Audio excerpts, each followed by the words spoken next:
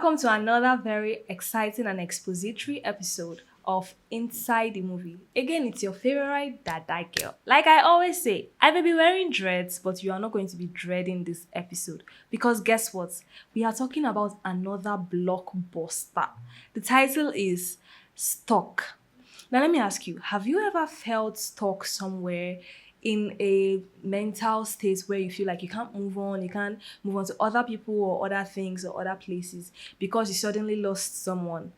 Well, that is the fate of Kunle in this very movie. So apparently, Kunle was married to his best friend, and then during childbirth of their very first child, he lost her, and that was the beginning of another phase in his life.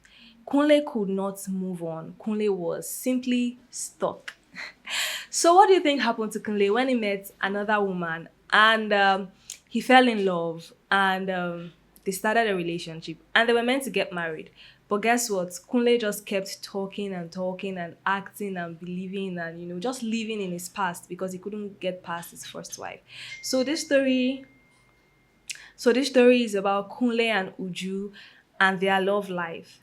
Well, I don't want to delve deep into the movie so as not to give spoilers. I want you lots to go and watch it. However, first of all, my favorite part of filmmaking is the casting. Hey God. You see the character that played Kunle? One beautiful thing about him is his looks. His eyes, they are so mesmerizing. Damn. I want a man to look at me like that. Like the way Kunle looks at Uju. I'm not even lying. Like, he looks so intense and deep and he's just so fine. Okay. Let me move on. All right. So he carried the role perfectly well. He was a man that was mourning his late wife and was still trying to get back into the dating pool. And so he had to balance the past and the present and maybe the future. And we could see the struggle in his expressions, his mannerisms, everything.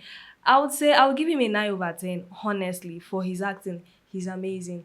And then let's talk about the character that played Uju. Jesus, she's so damn fine. She's so gorgeous.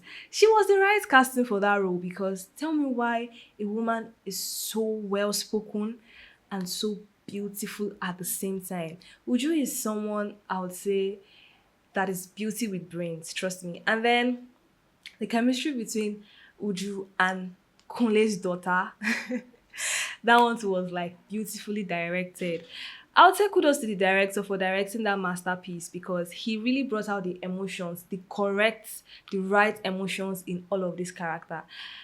This review will not be complete if I don't talk about Uju's mother. Oh, trust me, we have the narrative of African mothers to be loud, loud, unnecessarily intrusive, and all of that. And this review will not be complete if I do not talk about Kunle's mother. Trust me, we have the narrative of African mothers as to be dramatic, loud, unnecessarily intrusive, and all of that. And trust me, she was all of this in the correct proportion. We had her full time, even though she didn't have a lot of screen time. Every time we saw her, we felt her. I love that actor so much. She did amazingly well. And again, I'll also give her a 9 over 10. And then Uju's brother, Kunle's friend. He was the subtle humor in the movie. It's a romance genre, and that's character just brought out a little comedy. He made me laugh a few times, and I just loved seeing him on my screen. Yes, he did amazingly well. The casting overall was on point. Their acting was on point, and I will say again, kudos to the director. Their costuming, damn, the costume department deserves awards because he or she mixed the colors right. We could see touches of when they were sad we saw the right colors, when they were happy we saw the right colors, when they were we just saw the colors that carry the emotions that each scene carried.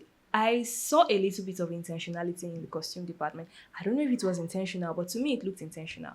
And yes, the storyline, the script writing, it was just on point. Again, it's a romance genre, and it just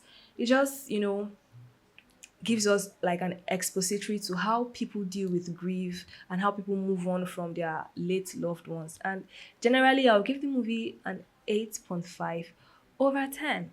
So we have come to the end of this particular review. I remain your favorite Dada girl, Olivia Adebowale Ulogi, and I'm going to be seeing you in our very next review. Ciao! But before you go, make sure that you don't forget to subscribe to the YouTube channel and you follow the Facebook page that is showing on your screen right now. Bye!